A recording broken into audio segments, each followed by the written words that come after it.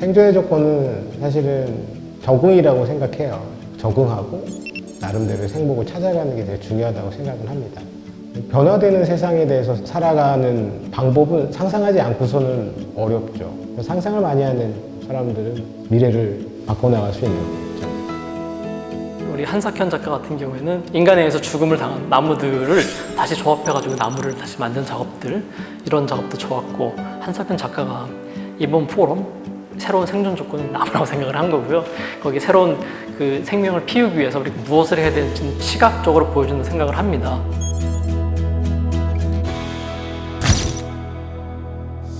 또 뭉쳤습니다. 저는 이 시간에 굉장히 기대가 되는데, 논의하면서 계속 느꼈던 거는 한 단어로다가 생각을 해봤을 때 순환이란 단어가 떠오르더라고요. 순환. 순환. 네, 물의 순환, 뭐 플라스틱의 순환. 선생님 작품 중에서 제가 굉장히 좋아했던 작품이 이제 슈퍼내추럴이라는 작품인데, 보스턴 미술관에 전시했던 건가요? 네네네. 들어가서 보다가 한석현 작가님이 계신 거예요. 저도 깜짝 놀랐습니다. 되게 흥미로웠던 게 크라우드 소싱도 하시고, 그리고 그 플라스틱 가지고선 약간 유토피아적인 도시 형상을 만드셨지만 굉장히 유의적이기도 했었고요. 그때 어떤 생각으로 그 작업을 준비하셨었나요? 웰빙이 아마 2000년 초반에 좀 되게 중요했던 어떤 문화적인 코드였던 것 같고, 웰빙이 아마 이어지면서 이제 환경적인 관심들이 이제 높아진 것 같아요. 돈에 집중하는 것보다는 가치 있는 삶에 대해서 이제 사람들이 좀 더 생각하게 되면서 환경적인 관심도 많아졌고요. 그 관심들을 소비 행태로 연결하기 위해서 약간 그린 마케팅들을 하게 되는 거죠. 광고판이나 뭐 포장재, 이런 것들 초록색이 굉장히 많이 들어갔어요. 그것들 모으다 보니까 그걸로 이제 하나의 약간 정원 같은 거를 설치를 했던 거죠. 좀 크게 설치를 하게 되니까 이제 그 하나하나의 상품이 아니고 전체 이제 초록색 그 어떤 정원처럼 보여지는 게, 그러니까 아이들은 사실 되게 좋아해요. 그러나 뭔가 좀 씁쓸함이 남는 즐거움이었으면 좋겠다라는 생각이 좀 들었었어요. 저희 세대에서는 이런 경험을 어떻게 이해할지는 모르겠는데, 저희 부모님 세대에서는 저는 부모님이 도시락을 싸주실 때 대나무로 되어 있고, 대나무 얇은 걸로 되어 있고, 종이로 이렇게 붙여져 있는 그거? 그런 도시락으로 싸주셨었어요. 혹시 뭔지 기억하세요? 네네네네네. 저랑 나이가 비슷하신데 그쵸? 저는 기억을 그러니까 그래서 제가 얘기를 하면 야, 너는 몇 살인데 이런 얘기를 하냐고 그런 얘기 하시는데, 플라스틱을 들고 다니면 그게 제일 잘 사는 집안 친구들이 가지고 오는 도시락이 됐었어요. 그래서 사실 플라스틱이 나중에는 어떤 그 부의 상품까지는 아니더라도 뭔가 세련됨의 어떤 이미지를 갖게 되는 과정도 있었던 것 같아요. 지금 저희 모바일 폰도 사용하고 있지만 그것도 사실 유리랑 플라스틱으로 구성되어 있고, 저희뿐만 아니라 자녀들이 가장 원하는 아이템이잖아요. 사실 플라스틱을 사용하는 걸 보면 사람들이 플라스틱을 좋아서 사용하는 건 아니잖아요. 그 예를 들면은 나무로 된 거라든지 뭐 어떤 손잡이도 나무로 된 거를 와 이거 고급이네 이러고, 플라스틱이면 에이 싸구려네 이렇게 얘기를 하고, 또 뭔가 어디 가서 뭐 가죽이 덮여 있으면 아 이거는 진짜 좋은 거네 이러는데, 그런 것들이 좀 생각이 들었었어요. 굉장히 많은 활동가들이 제가 지금 작업에 주제로 했던 것들을 더 진짜 본격적이고 더 이것이 깊어지고 심화되도록 이제 많은 활동가분들이 하셨었던 거고, 그러니까 그분들은 전 되게 존중을 하는데, 오늘도 지금 이 테이블에 이렇게 플라스틱이 있는 것처럼 이걸 벗어나기 정말 어려운 거예요. 우리 예술하는 사람이 뭐 각 분야에서 그 문제를 조금 다룰 수 있겠지만, 이 문제를 다뤘다고 해서 얼마만큼 세상이 어떻게 바뀔 거냐, 뭐 일단 나 스스로도 실천을 잘 못하고 있기 때문에. 그런 측면에서 한 작가님의 작품이 되게 의미 있다고 생각한 뭐냐면은 그 도시와 자연, 플라스틱과 나무, 그 중간에 딱 서 계시면서 다 양쪽을 다 말씀 주시는데, 매우 감성적인 작업을 하시는 작가분들 같은 경우에는, 성공하신 분들은 생각하는 게 굉장히 논리적이세요. 사실 저기 자른 지가 거의 한 2년. 이거요? 네, 2년, 대부분이 2년 된 거거든요. 근데 싹이 나오는 것들이 있어요. 네, 저희 산살구나무에서도 싹이 나오고. 거기도 새싹이 자라나요? 그럼요. 아직도 잘하죠. 네, 이게 되게 놀랍더라고요. 박달나무에서도 이렇게 싹이 나와 있는 게 있고. 사실 자연이 아름답고 자연이 이제 나무가 아름다운 이유는 씨앗이 뿌리를 내리고 얘가 잎과 꽃을 맺고 잎이 떨어져서 버림이 돼서 다시 또 이제 뿌리 영향을 주는 게 순환 경제인데 굉장히 사실은 간단할 수 있는 건데 우리 그 실천하기가 되게 어렵단 말이에요.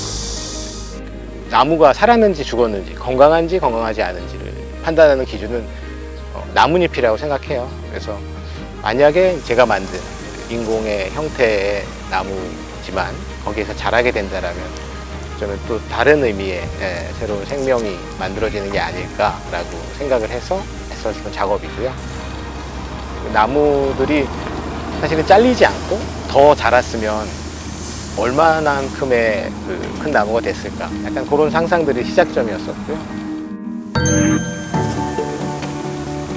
여기는 강원도 홍천군의 홍천읍 와동분교라고 지금 폐교가 된 지 오래돼서 남겨져 있는지 좀 오래된 공간이고요.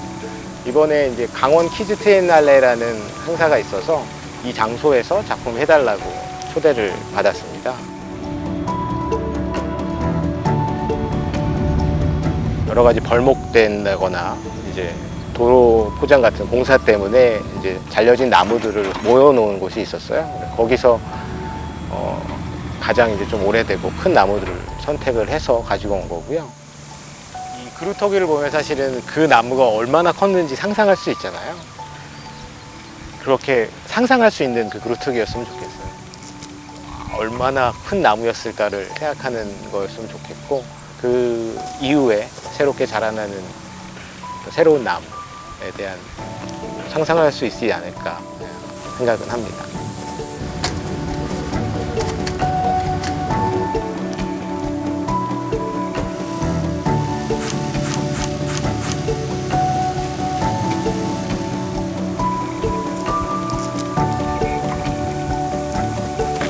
한번 어디로 올라가야 되죠? 올라가는 게 저쪽.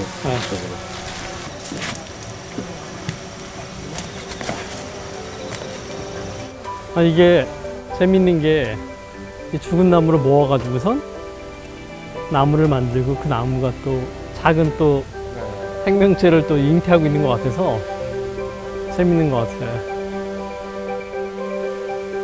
아, 얘네들이 지금 어떻게 자라요? 여러 가지로 좀 취약합니다. 땅에 있는 거랑은 다르고 햇빛에 대해서 노출되는 것도 강해지고 습기를 머금기가 또 쉽지 않은 것 같아요. 그래서 이 작은 식물들을 위해서 이제 생각했던 거는 이제 스프링클러가 상시적으로 돌아가는 거였었고, 얘가 그래도 수분을 계속 공급해주면 최소한의 이제 살 수 있는 어떤 환경이 만들어지지 않을까라고 생각을 했던 거죠.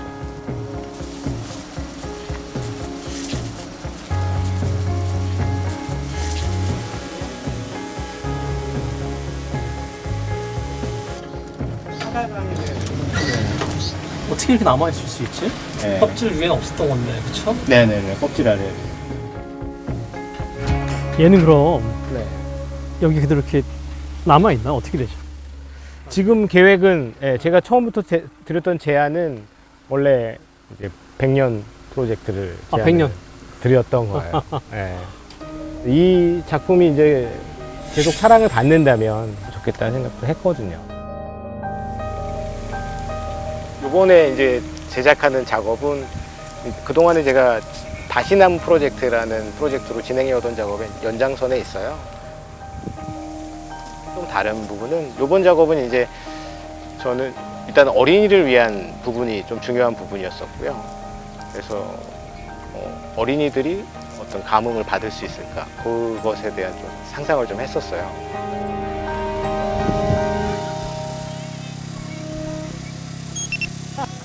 여기 우와 이거 되게 버섯 같지 않아? 그 앨리스 책 같아. 맞아, 앨리스 책에서 나오는 그 동물 같아. 그죠? 와, 근데 진짜 예쁘다. 그거 하니까 이건 가짜꽃 같아. 이거 근데 되게 진짜 같지 않아? 진짜야. 그치, 이거 진짜야. 새로 태어난 아이들, 어르신들도 마찬가지고 할아버지들도 지금 이런 코로나 여기 너무 때문에 즐겁게 이렇게 놀아서 세상이 정지되는 것 같은 이런 경험을 뭐 다들 못 하신 것 같아요. 그래서 어떻게 해야 될지 약간 모르시는 경우들도 많고. 거의 저의 생활 자체로 저는 멈춤의 시간이 딱 있었거든요. 되게 오랜만이었어요. 그 시간이 있었기 때문에 예, 더 이제 또 새로운 생각에 머리가 더 유연해진다고나 할까요? 작업의 상상도 좀 바뀌어지고요. 예, 그런 경험들이 있었더라고요. 지금 겪고 있는 것도 저한테도 굉장히 낯선데 아이들한테는 굉장히 어떻게 보면 너무 당연하고 적응이 좀 더 빠를 수 있겠죠. 어쩌면 시대가 열리는 것은 거의 확실한 것 같아요. 그동안에 해왔던 것과는 다른 방식으로 접근해야 되고 다른 방식으로 일을 해야 되고 다른 방식으로 또 적응해야겠죠.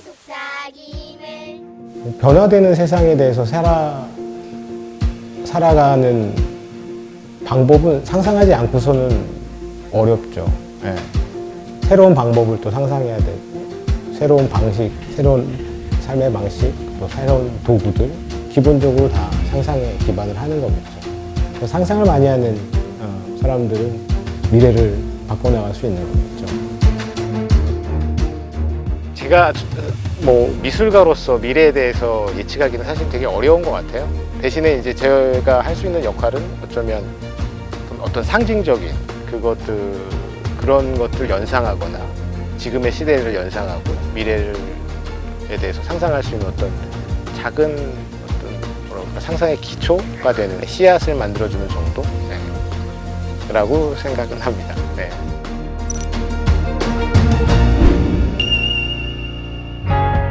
새로운 세상은 우리의 상상이 필요합니다.